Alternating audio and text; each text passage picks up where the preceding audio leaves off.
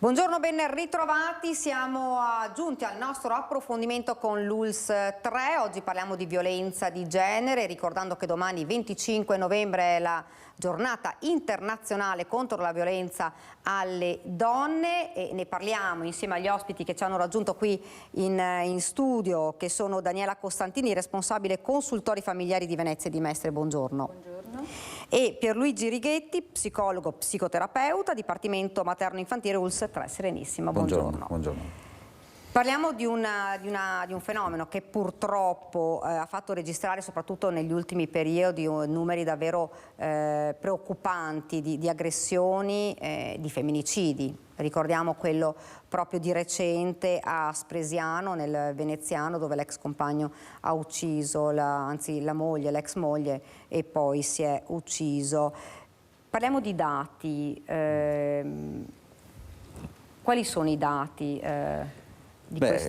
Sicuramente i dati ci permettono di capire anche un pochettino quello che è il fenomeno, ci permette di pianificare la situazione e proprio nei giorni scorsi ho raccolto i dati un po' più recenti, no? Del territorio italiano, e dobbiamo pensare che almeno il 32% di donne nella fascia d'età tra i 16 e i 70 anni ha subito nel corso della propria vita almeno un atto di violenza. E quindi già questo è un dato importante. Un dato che fa preoccupare questo? Fa preoccupare, o se non altro fa allarmare, in modo da poter cercare una possibile soluzione.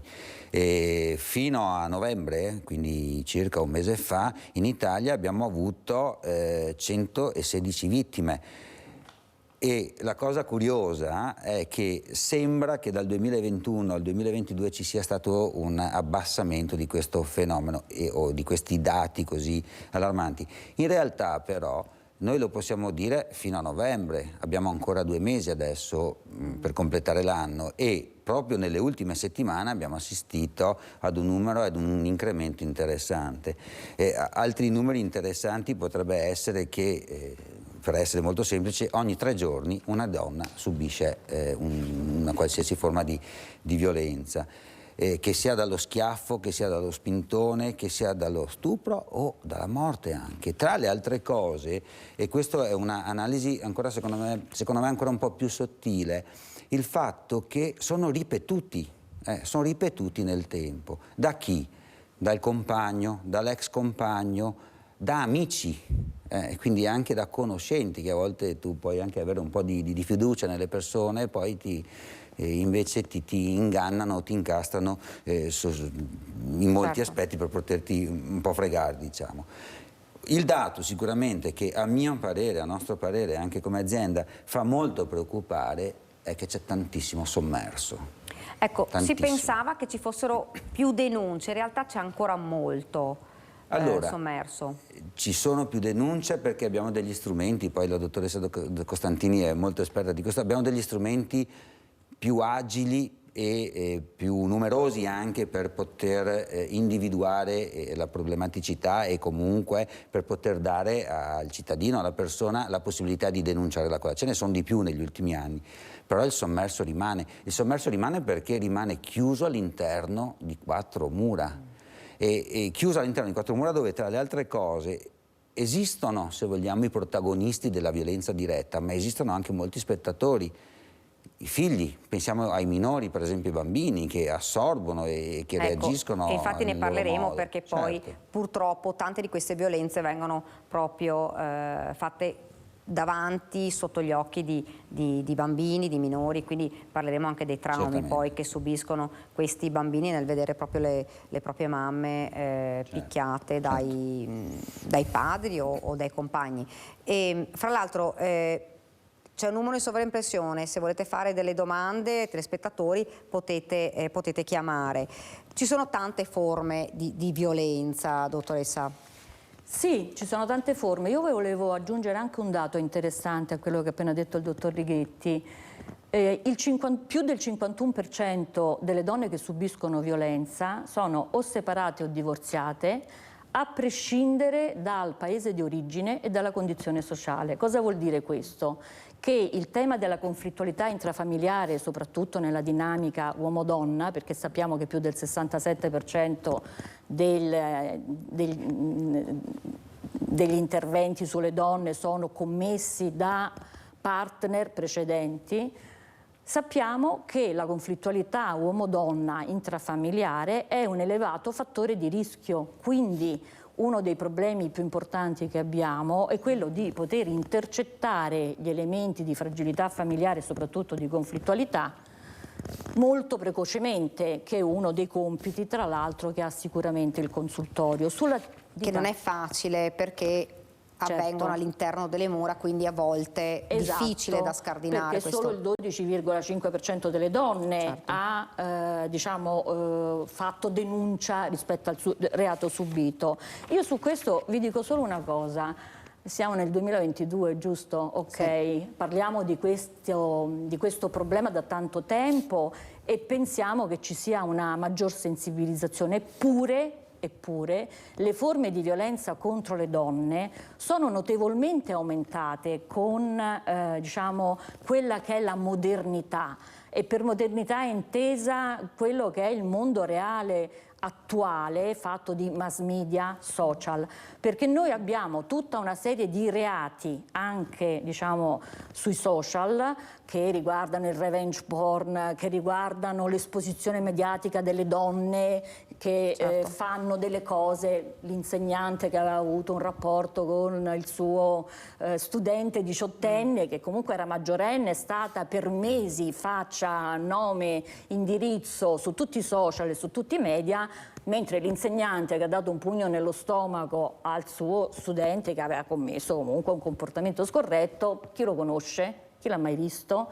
Ecco, queste forme di discriminazione verso la donna sono aumentate con l'aumento della complessità della nostra società. E questo perché?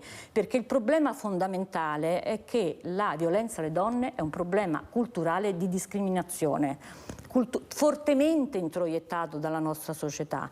E perché? Perché la donna ha sempre l'onere di dover dimostrare che la violenza che ha subito non se l'è meritata.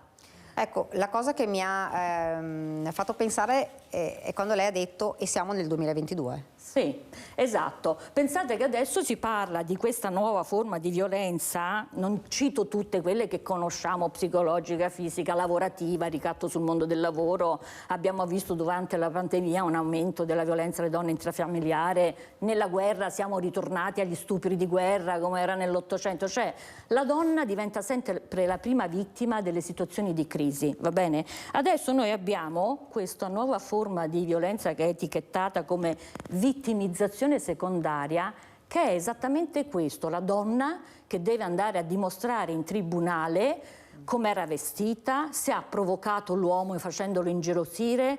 C'è tutta una narrazione su come viene descritta la donna nella sua dinamica con l'uomo. Perché l'ha fatto ingelosire? Che hai fatto? Chi hai guardato? Come eri vestita? Come eri truccata? Quella donna molto bella che è stata uccisa dal suo compagno ha avuto sui social degli attacchi terribili dicendo beh certo una che va in giro così, come se ancora fossimo nella situazione di poter dire che una donna, a seconda di come si presenta, come si veste, come si trucca, può andare incontro più o meno consapevolmente a una forma di violenza. Questa è proprio una cultura, che Questa è la cultura sbagliata. È la definizione dell'ONU. Che cos'è la violenza alle donne? Una forma di discriminazione contro le donne che si basa sul concetto di fondo che la donna in qualche modo è sottomessa all'uomo, al padre se non fa quello che vuole viene uccisa se non sposa, al compagno che se lei non lo ama più può essere uccisa. Ci sono delle storie che riguardano le donne antiche e nuove che sono veramente aberranti. Posso tornare su un piccolo aspetto perché fa parte sicuramente della nostra quotidianità, perché parliamo di cultura, parliamo i social, ok? Ci sono molti, probabilmente adesso, genitori che ci stanno ascoltando, no? Il social è frutto dell'innovazione, è frutto della modernità, può essere uno strumento molto valido, però io direi e potrei anche lanciare un mezzo messaggio su questo, di fare molta attenzione su dove vanno i propri figli a smanettare, perché il social oggi rappresenta veramente un modello identificatorio molto importante e può essere un modello identificatorio anche negativo. La dottoressa ricordava il fatto di ma quella donna com'era vestita, ma quella donna aveva un atteggiamento per cui attira l'attenzione dell'uomo, diciamo così, che poi da attenzione a violenza ne passa. Però in realtà dobbiamo fare anche molta attenzione, perché i nostri ragazzi, che siano molto giovani o anche meno giovani, anche più ragazzi e ragazze, si identificano tantissimo su questo, e quindi il social è sicuramente uno strumento che può essere utilissimo. Chi di noi quando arriva la mattina al lavoro non apre un computer per gestire le sue cose? Anche solo il cellulare. Anche solo il cellulare, sicuramente è uno strumento valido, però vorrei proprio precisare, perché poi tra le altre cose ritornano anche nel segreto terapeutico, quando noi abbiamo di fronte i nostri pazienti, e molto spesso il social rappresenta una delle variabili dipendenti che intervengono su certi atteggiamenti. Ricordiamo anche poi, fra l'altro, dottore, che tutto quello che entra nel mondo del web difficilmente viene cancellato, rimane, e quindi è un doppio danno per la vittima. E abbiamo visto che poi lei accennava anche a ragazzi, ma ragazzine o anche ragazzini che vengono poi proprio bullizzati, vengono aggrediti in maniera violenta tramite social, che poi purtroppo rischiano di farsi anche del male, proprio perché da quel mondo poi non si cancella quello che viene scritto. Quindi l'attenzione, come diceva lei, dei genitori deve essere assolutamente massima, perché poi sono soprattutto di più i ragazzini, insomma, che utilizzano questo strumento. Certamente, questo strumento che a mio parere, ripeto, c'è anche dei suoi versanti molto positivi, molto validi, ma potrebbe rappresentare, uso un condizionale che dovrebbe essere un po' più di un condizionale, potrebbe rappresentare però una problematicità non indifferente. Io ho sempre l'immagine di quando, un po' per il mio lavoro, capita di ricevere e di accogliere una donna che è stata vittima di violenza. Sicuramente noi ci occupiamo di questa situazione, però l'infermiera che l'accoglie, il medico donna per esempio che l'accoglie, che ti dice non tanto per me, ma io a casa ho una figlia, no? E quindi tutto questo sommarsi di preoccupazioni che sicuramente rappresentano uno dei tanti aspetti di questo grande fenomeno. Ecco. Vorrei tornare anche alle parole della dottoressa quando diceva sono aumentati questi conflitti all'interno delle mura domestiche proprio durante il lockdown, perché lo sappiamo, famiglie che magari avevano già delle problematiche prima, costrette a rimanere in casa, sicuramente questo ha provocato poi un aumento del disagio, un aumento dell'aggressività. Sì. Ovviamente la costrizione forzata del rimanere, la vicinanza forzata ha creato non solo il conflitto familiare aumentato nella coppia degli adulti, ma anche nella dinamica poi di relazione con i figli.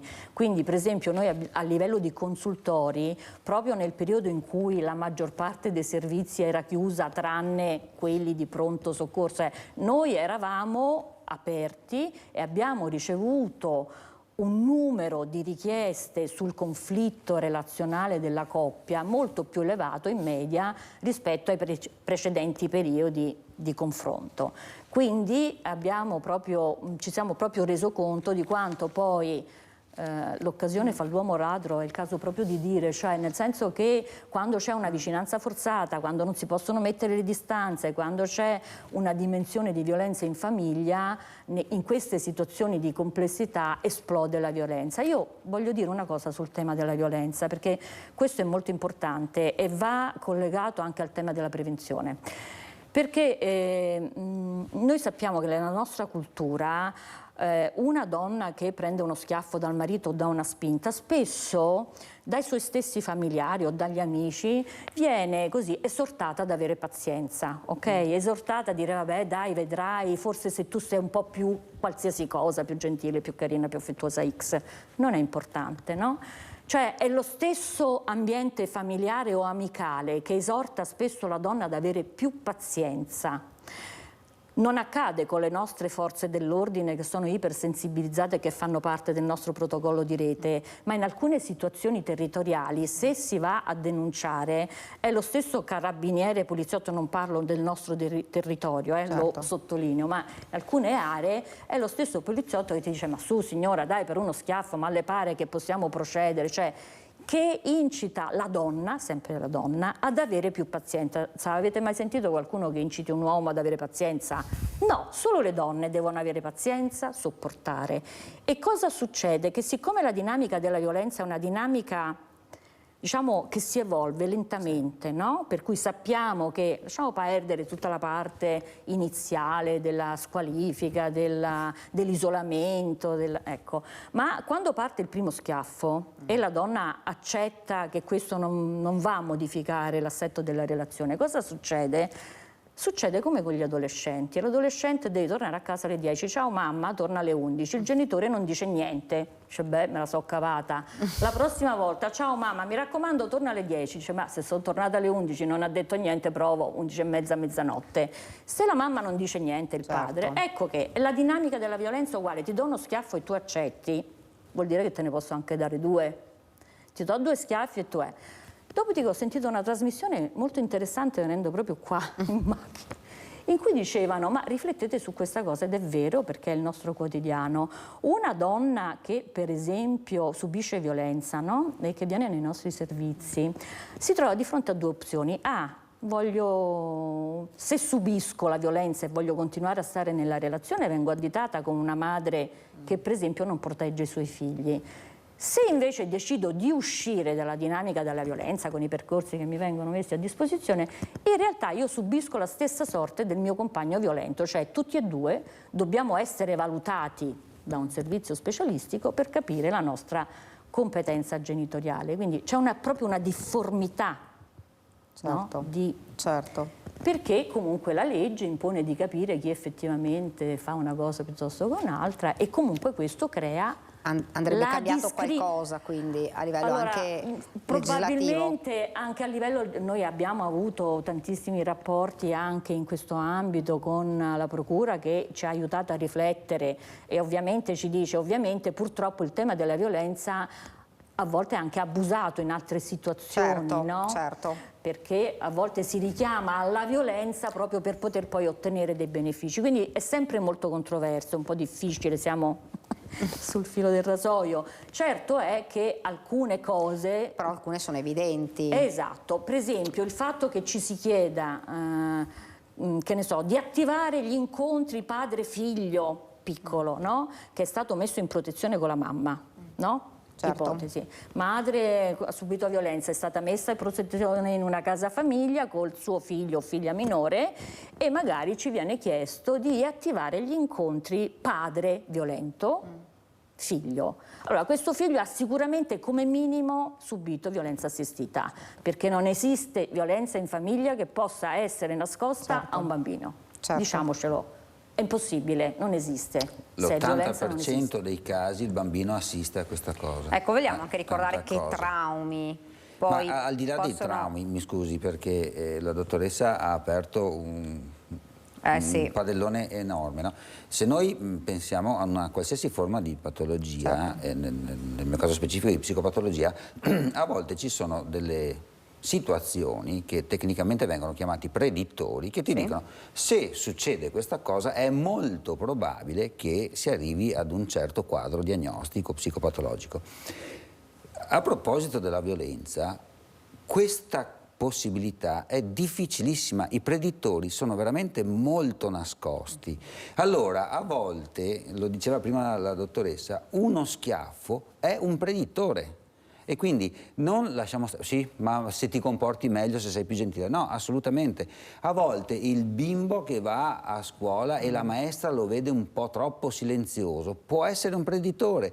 Il pediatra che visita il bambino e il bambino gli dice qualcosina, no? Che ne so, il pediatra che ti fa il puffetto e fa anche il mio papà lo fa la mamma. che tipo di buffetto è. Cioè sono tutti piccoli segnali che potrebbero aiutarci. Allora è per questo che molto spesso è difficile fare in modo che ci sia una correlazione, una relazione tra quello che è il problema, il fenomeno e l'aspetto legale o penale, proprio perché ci sono delle sottigliezze talmente particolari che è difficile anche per il legislatore, a volte di fronte all'evidenza, cioè, questo è ancora peggio, no? A volte tu dici io ho in mano veramente uno strumento che mi permette di dire fra 3 giorni questa persona gli succede questa cosa, eppure non abbiamo lo strumento legale o penale per poter partecipare. Ecco, lei ha anche aperto un altro fronte che è importante, quello dell'ammonimento, il tribunale che dice non ti avvicinare, e sono provvedimenti che a vostro parere sono sufficienti, perché poi purtroppo abbiamo visto nella cronaca noi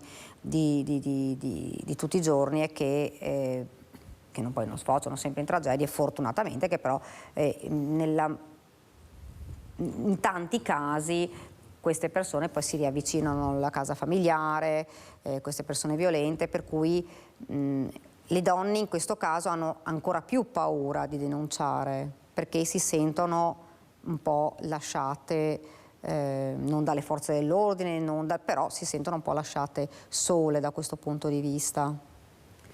Allora, evidentemente l'ammonimento è uno strumento altro rispetto a quello che è l'intervento di un servizio sanitario. Certo. Esiste nel nostro territorio il protocollo Zeus cui accennavamo prima, in cui a seguito dell'ammonimento il questore può inviare l'autore di violenza, di reato, a seconda insomma di qual è la situazione specifica, a dei gruppi di responsabilità degli uomini che sono gestiti nel nostro territorio dalla cooperativa Iside, e che diciamo mette in piedi un percorso di supporto che però è del tutto volontario.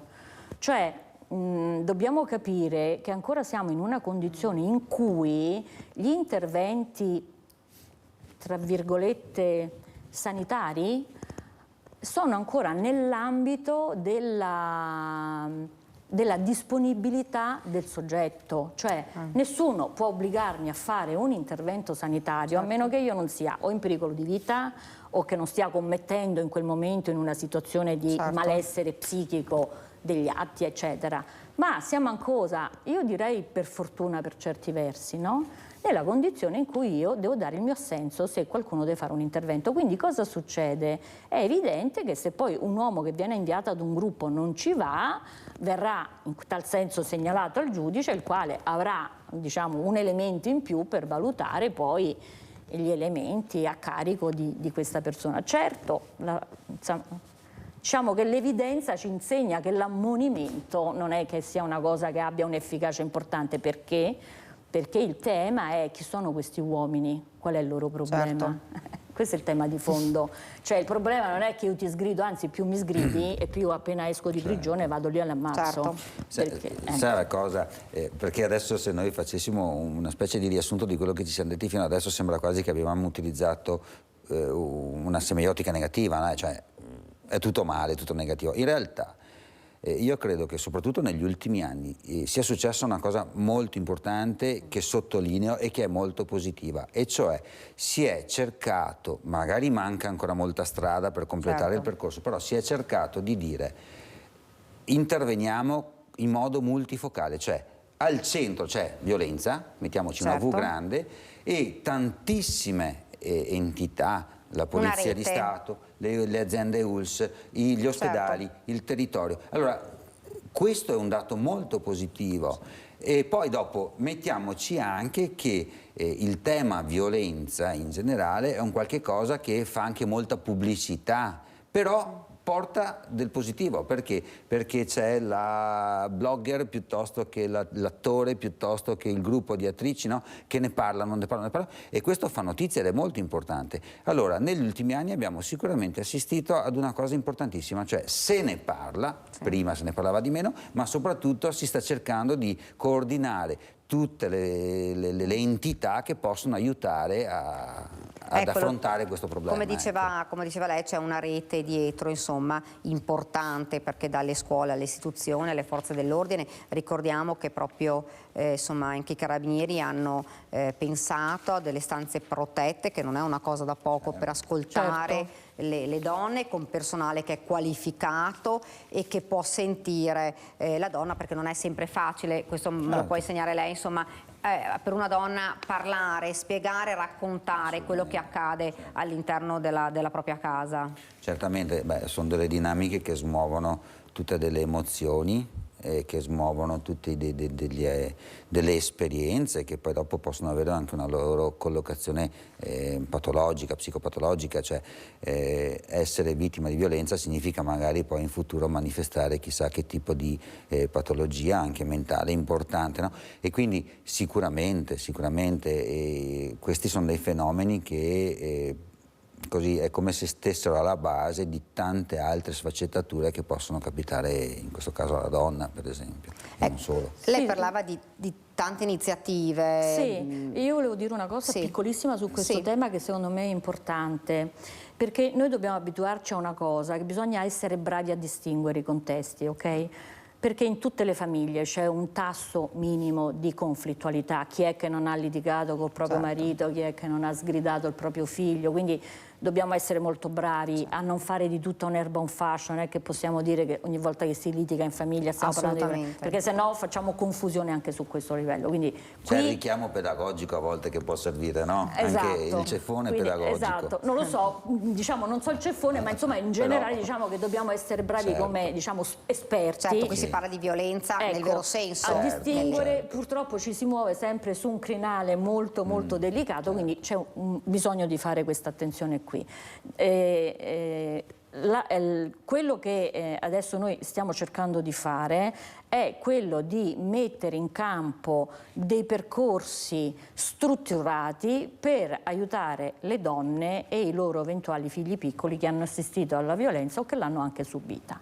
Allora c'è una cornice regionale, no, che ha dato indicazioni su quello che doveva essere messo in campo dalle varie ULSS. Le indicazioni erano in 5 aree fondamentali che riguardavano il formare gli operatori, perché vi assicuro che ci sono ancora tante cose da fare anche su questo versante, seppur cerchiamo di lavorare, no?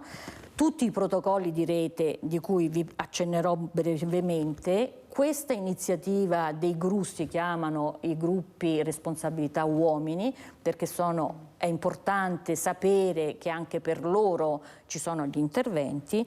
Ci sono state individuate poi tutti i criteri di funzionamento delle strutture dove vengono poste le donne in sicurezza e infine diciamo, l'attenzione appunto ai figli minori vittime di violenza. Okay? Questa cosa è stata, per quanto riguarda l'ULSS 3 parlo perché poi a livello di ogni ULSS ha la sua rete territoriale, dunque l'ULSS ha recepito queste indicazioni, ha fatto una serie puntuale di percorsi, per cui è stato, diciamo, già nel 2020 ormai steso il protocollo di rete territoriale al quale partecipano 43 soggetti, quindi non solo i servizi sanitari dell'ULSS, ma i servizi del Comune, i centri antiviolenza, le forze dell'ordine, la polizia, i carabinieri, la procura, le organizzazioni sindacali, enti no profit, le forze dell'ordine le ho dette, sì. Ecco, bene. Cooperative. Ecco, quindi l'ULSS è capofila di questo protocollo, diciamo, e aveva come obiettivo il protocollo del 2020 poi di declinare tutto questo in procedure pratiche, cioè che succede poi quando una donna va lì piuttosto che qui, perché la donna può accedere in diversi punti, accede poco, ma quando accede può andare alla polizia, può andare direttamente al centro antiviolenza, può venire in consultorio, può andare in ospedale. Quindi a seconda di dove va era necessario mettere in campo delle procedure organizzative tra servizi e quindi è nata una procedura appunto che mette insieme diversi servizi dell'ULSS, tra cui i servizi infanzia, adolescenza e famiglia, in particolare riferimento al consultorio familiare perché è quello più focalizzato, centro di salute mentale, il servizio tossicodipendenze e i centri antiviolenza. E questo per quanto riguarda, diciamo, le procedure organizzative per fare dei progetti personalizzati sulle donne. Okay? Poi ovviamente c'è l'importantissimo protocollo SOS Violenza che riguarda proprio la violenza sessuale credo che ci sia anche una procedura ospedaliera che è in via di aggiornamento sul discorso della violenza, quindi sono stati fatti questi protocolli. Uno dice vabbè, il protocollo è una cosa scritta che ci serve, no, è importante, sapete perché? Perché questo ci consente di dire che quando arriva la signora in difficoltà io posso chiamare, dico adesso il dottor Righetti, piuttosto che il carabiniere che conosco, avere un piuttosto supporto che immediato. abbiamo una rete che si può Certo. attivare subito, perché il problema della violenza, soprattutto nei casi più gravi, Certo. è che bisogna mettere le donne in sicurezza, e che se non si fa questo passaggio, e lo si può fare solo appunto mettendo insieme il lavoro di più servizi. Ecco, vogliamo, dottoressa, spiegare, quando parliamo di situazioni più gravi, Sì. perché uno dice ma se io vengo picchiata,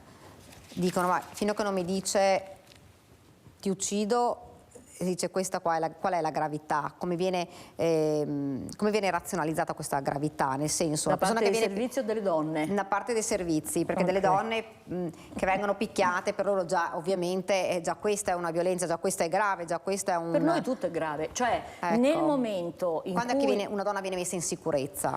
Allora, la donna viene messa in sicurezza in situazioni specifiche, cioè quando in casa sono avvenuti fatti di violenza tale per cui c'è il rischio per la sua l'incolumità fisica. Certo. Per cui è in genere abbastanza facile da capire, perché se una donna arriva tumefatta, picchiata, o anche che dice sono stata picchiata già 3 volte, adesso sono riuscita a scappare, a correre via, la donna viene messa in sicurezza e quindi diciamo l'incolumità per la sua salute fisica Certo. è il primo criterio, ovviamente. Certo. Poi se ci sono dei figli minori che non possono essere messi in altre situazioni, questo è il criterio fondamentale. Certo.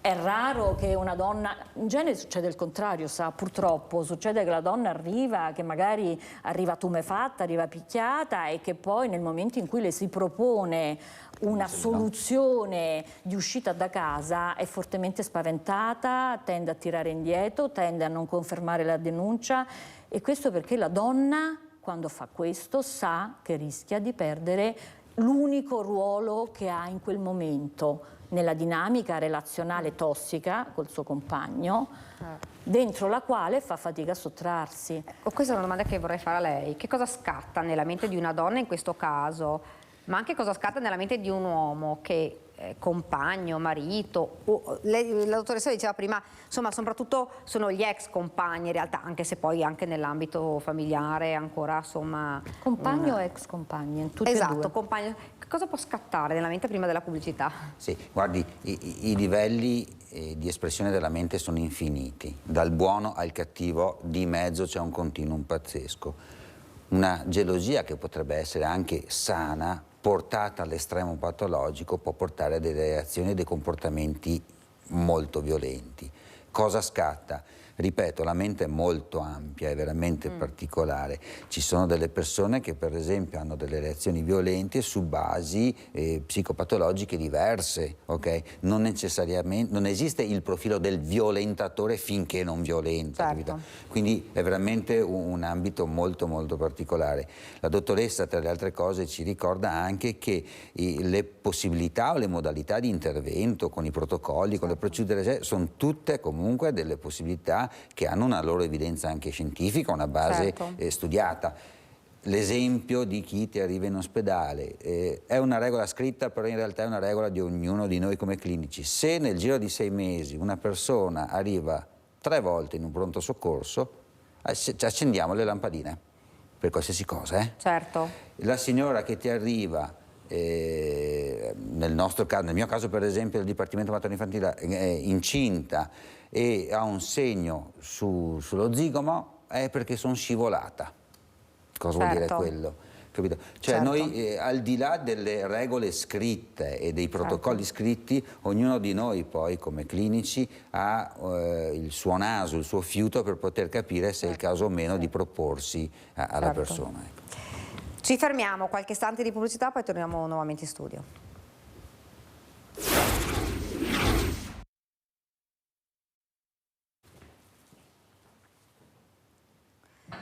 Bene, siamo tornati nuovamente in studio, stiamo parlando di violenza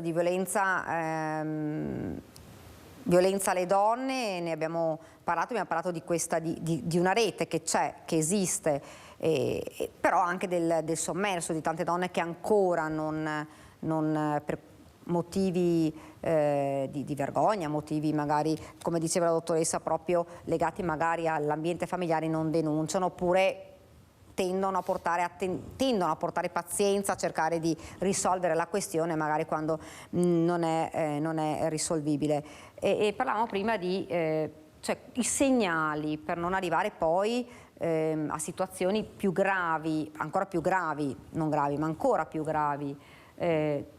Si riescono a percepire, a trovare, a raccogliere? Ci siamo detti anche prima che è difficilissimo, a differenza di molti altri fenomeni sanitari o psicologici, è molto difficile. Molto spesso il segnale sta nella semplice, tra virgolette, quotidianità, no? Prima dicevo lo schiaffo, raccogliamo questa informazione, il bimbo a scuola che magari può avere un comportamento un po' particolare, raccogliamo questa informazione, vediamo cosa succede, perché non necessariamente un bimbo silenzioso ha un genitore violento, però un bimbo silenzioso potrebbe anche rappresentare o proiettare una situazione, una dinamica relazionale familiare un po' problematica, non dico, no. Ripeto, a differenza di molte altre cose è molto difficile raccogliere quello che è un predittore, quello che è un segnale, no? Più spesso, al di là delle evidenze cliniche, scientifiche, è un po' più il ruolo del clinico, del sanitario, che forse un po' è più esperto da anni, riesce a raccogliere queste cose. Però veramente parliamo di un fenomeno che ha dei confini chiusi, ma allo stesso tempo anche molto aperti e molto sfumati, ecco, molto sfumati. Le cause, le abbiamo dette, sono tanti, insomma, l'accettare, il non accettare la fine di una relazione, oppure insomma il vedere la donna come oggetto è mia, quindi insomma a casa mia faccio quello che voglio, appunto come parlavamo prima proprio. Allora, diciamo che il discorso è complesso e ampio. Il concetto di base è la discriminazione verso la donna nelle nostre società, che è una discriminazione fatta di un concetto di fondo. La donna è in una posizione sociale subalterna all'uomo, e lo vediamo che anche quando ci sono delle donne che vanno al potere si tengono il maschile, no? Nella propria definizione, perché il maschile è potere, non c'è niente da fare, questa è la realtà, il maschile è potere. Quindi il livello di discriminazione verso le donne è veramente trasversale alla nostra cultura a tutti i livelli. Cioè il fatto che la donna venga premiata se sta a casa a fare i figli, o che venga colpevolizzata se pretenda di andare a lavorare quasi fosse uno sfizio, al di là dei temi economici e sociali, lasciamo stare che è ancora un'altra complessità, ci dice tutto su come le nostre società vedono il ruolo della donna. Quindi da una parte la subalternità, dall'altra dinamiche relazionali che sono specifiche, perché se è vero che da una parte c'è il clinico che osserva, però il clinico osserva chi va dal clinico, quindi tutti gli altri, tutte le altre donne che non vanno dal clinico, come possono intuire che qualcosa non va nella loro relazione? Sono stati scritti fiumi e fiumi di cose su questo argomento. La relazione tossica è caratterizzata da alcuni elementi chiari e ben definiti, dove il tema della dipendenza emotiva della donna dall'uomo è forte, a volte anche economica, diciamo.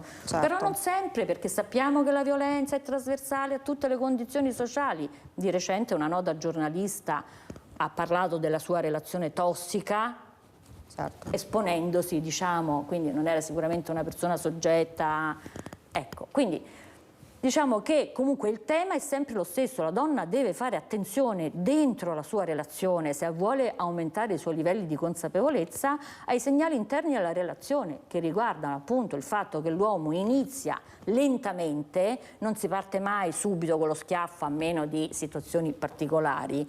particolare violenza, inizia lentamente a fare un percorso con la donna che è quella, prima di sedurla, la donna viene sedotta da comportamenti molto appariscenti, i fiori, i regali. Su questo c'è il legame con la donna si lega in questa relazione dove l'uomo è estremamente seduttivo. A quel punto l'uomo isola la donna dalle sue amiche, dai suoi amici, dalle sue relazioni, perché è bello che stiamo noi due insieme, che c'entrano gli altri con noi, la isola e poi inizia a squalificarla. Tu non conti niente, non sei abbastanza brava, guarda come sei, guarda come sono gli altri e quindi si arriva alla squalifica. Quando la donna è in questa situazione relazionale, ecco che se l'ha accettata fino a quel momento, non so, io non l'accetterei mai dal primo giorno, però ci sono alcune donne che pensano che questo sia una forma di amore. Capita, ok? Quando sei a quel punto sei in una condizione di quasi non ritorno. Se quando parte il primo schiaffo, ecco che a quel punto tu sei in grado di reagire oppure c'è il rischio di rimanere invischiata in queste relazioni che vengono definite relazioni tossiche, ecco, diciamo in termini tecnici. Ecco, domani abbiamo detto giornata internazionale della violenza alle donne, però domani ci sarà un convegno importante. Sì, domani è una giornata importantissima e in tutta Italia, in tutto il mondo vengono organizzate delle iniziative a favore di questa giornata. Nel nostro caso specifico io ho avuto l'opportunità così di organizzare un incontro, un paio d'ore, molto, se vogliamo, tecnico e specifico, dove ci sarà la partecipazione proprio, ci sarà la dottoressa Costantini che verrà a raccontare quelli che sono i nostri protocolli interni, piuttosto che rappresentanti delle forze dell'ordine. E domani per esempio ci sarà anche un intervento da parte della responsabile del pronto soccorso dell'ospedale di Mestre e quindi anche lì proprio il primo arrivo al pronto soccorso per poi passare e quindi un intervento da parte di una ginecologa e del sottoscritto, diciamo, come aspetti psicologici. Il nostro medico legale di azienda sarà presente proprio per dirci anche quelli che sono i risvolti di tipo medico legale sulla situazione. Quindi quello che è un percorso quando soprattutto, e domani abbiamo scelto questo tema specifico, si tratta di violenza sessuale, che è una delle tante forme di violenza e che domani vengono ricordate proprio nella giornata internazionale contro la violenza sulle donne. E anche in questo caso troppe casi. Tante, troppe, sì. Situazioni, direi che non solo sui numeri, no, che sono sempre quelli in realtà. Abbiamo detto che forse sono un po' diminuiti dal 2021, però mancano altri 2 mesi all'anno e quindi vediamo negli ultimi giorni ne sono successi, ma sono sempre più importanti. Cioè, purtroppo noi calcoliamo le vittime, le morti, ma ci sono anche delle persone che arrivano quasi al confine della morte, quindi arrivano in ospedali in condizioni veramente molto molto particolari, molto molto critiche, vittime di violenza. Ecco, questo non è solo il morto o la morta che fa notizia, ma dovrebbe far notizia un po' tutto quello che è questo tipo di fenomeno.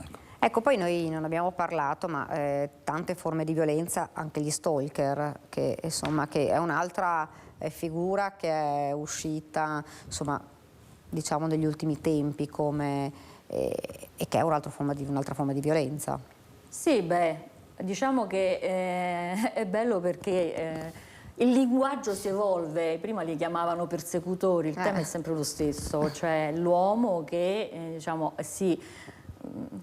la mia insegnante di terapia di coppia, che adesso non c'è più, posso raccontare senza fare il nome, ma insomma è una storia che si sa, quindi negli anni 50 ha subito in Sicilia una violenza sessuale e non ha accettato il matrimonio riparatore. Si è buttata dal 4º piano, è caduta su una macchina ed è sopravvissuta in ospedale, quindi completamente fratturata ovunque.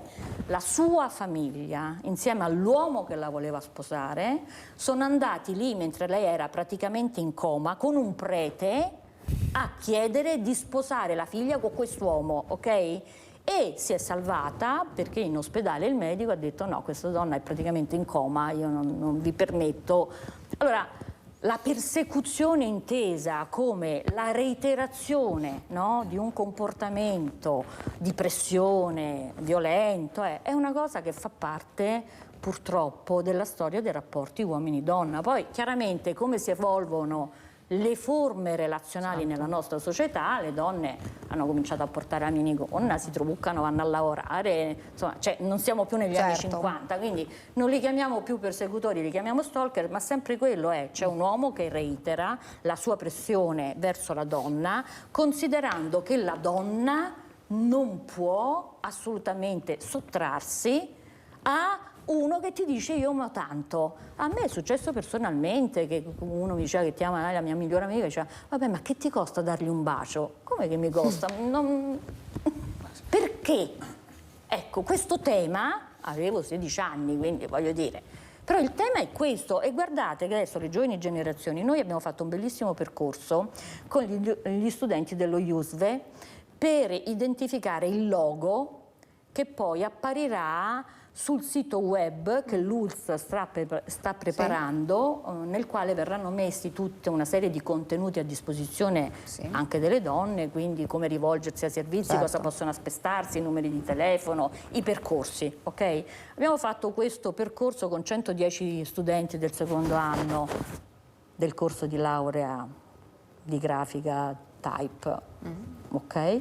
Bene, questi giovani nel momento in cui dovevano confrontarsi con questo tema, perché per fare un logo contro la violenza alle donne in ogni caso, ecco, tu vedevi proprio la loro totale impreparazione alla tematica della dinamica relazione, della relazione uomo-donna. E questo tema è importantissimo perché? Perché questi giovani la relazione per esempio sessuale, no? Visto che parliamo di violenza sessuale, la relazione sessuale dove la imparano adesso? Tutti sui siti porno. I siti porno rappresentano una sessualità che sta alla realtà come la fantascienza sta al nostro mondo, no? Ok? Allora, se tu apprendi la sessualità in quella modalità in cui tra l'altro, vabbè, ci sono studi su questo, i volti delle donne si vedono sempre nei minimi particolari in questi filmati porno, i volti degli uomini ma quasi mai, rarissimo, a parte quelli famosissimi, Rocco, allora lì è un'altra storia. Però in genere tu vedi le facce delle donne ma degli uomini mai. Okay? Quindi c'è una rappresentazione anche della sessualità tale per cui uno si immagina che quella è la normalità, per cui ti chiedi perché una donna non vuole fare questo nel sesso, perché una ragazza non fa quello che si vede là, perché non hanno capito che quello è un film, non l'hanno capito, quello è un film che è come se fosse fantascienza, però si aspettano questo. Lo proiettano poi nella realtà. E si aspettano che in un normale rapporto sessuale avvenga questo, dopodiché loro hanno problemi, insomma. Diciamo che c'è una scarsissima anche cultura della qualità delle relazioni tra giovani, perché tutto adesso si basa sulla rappresentazione. Insomma, vabbè. E poi aggiungiamo che il termine stalker, no? Persecutorio, in realtà va pari passo con la modernizzazione dei social, perché è molto più semplice oggi fare lo stalker, perché puoi segnare e segnalare molto più facilmente una vittima. Mi viene in mente una cosa a proposito di qualche anno fa, di un libro, Barbara Duden, una filosofa molto valida dal mio punto di vista, che il titolo solo è molto interessante, Il corpo della donna come luogo pubblico. In realtà sosteneva in questo testo che non è un luogo pubblico, non deve essere un luogo pubblico. Vogliamo ricordare, siamo quasi al termine, quali sono il percorso, intanto l'appello alle donne. C'è il 1522, chiamate, qualcuno vi risponderà sempre.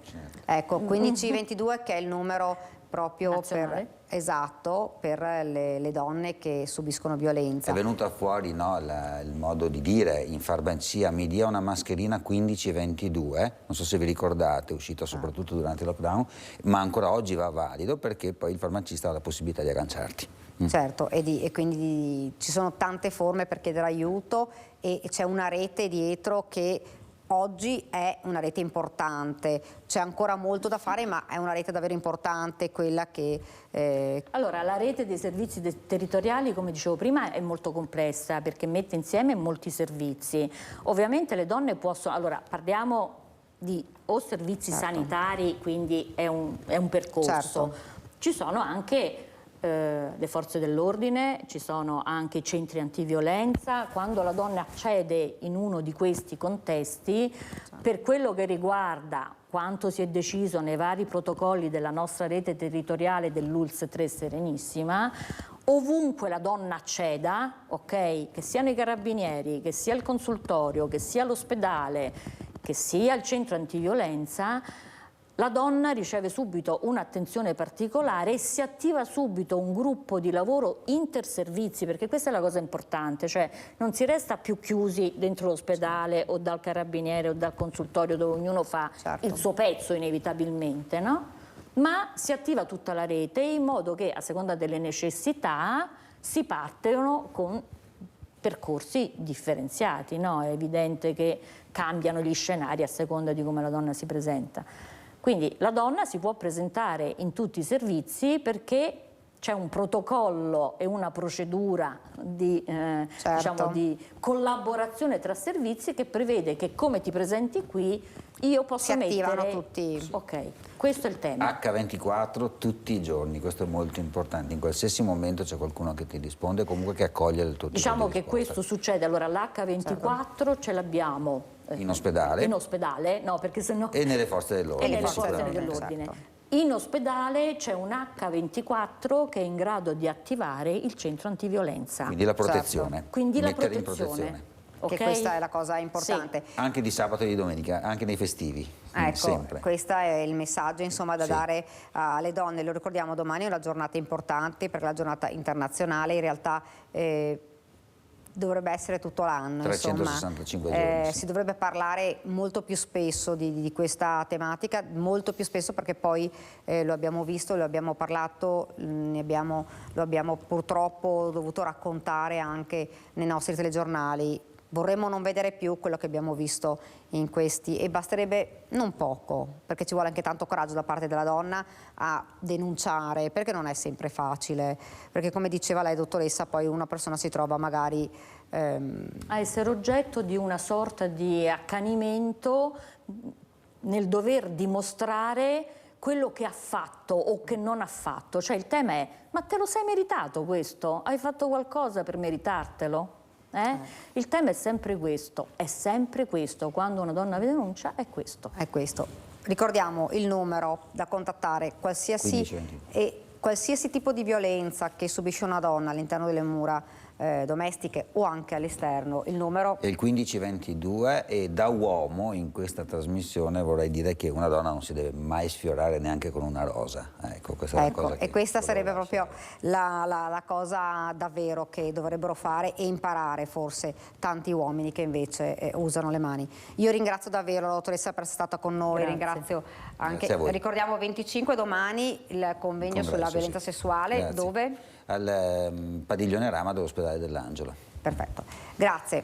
Siamo arrivati al termine, domani giornata internazionale contro la violenza alle donne. Grazie davvero e arrivederci.